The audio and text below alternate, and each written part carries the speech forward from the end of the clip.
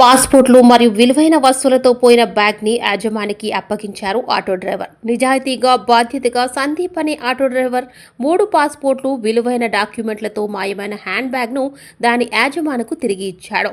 ఆ బ్యాగ్ ఫాతిమా మసీదు సమీపంలోని బానునగర్లో నివాసముంటున్న మహ్మద్ కాజాకి చెందింది. అతను తన వస్తువులను పోగొట్టుకున్నాడని తెలుసుకున్న కాజా ఫిర్యాదు చేయడానికి ఐఎస్ సదన్ పోలీస్ స్టేషన్ ను ఆశ్రయించాడు. ఇంతలో సందీప్ బ్యాగ్ ని గుర్తించి వెంటనే పోలీస్ స్టేషన్ లో అప్పగించాడు. పోలీసులు వివరాలు సరిచూసుకొని బ్యాగ్ ను మహ్మద్ కాజాకు తిరిగి ఇచ్చారు. ఫిర్యాదుదారు సందీప్ మరియు పోలీసులు వారి సత్వర మరియు నిజాయితీ చర్యలకు కృతజ్ఞతలు తెలిపారు. संदीप ऑटो ड्राइवर है मोहम्मद खाजा फीज सिटी और his bags 3 passports and valuable documents hand over to the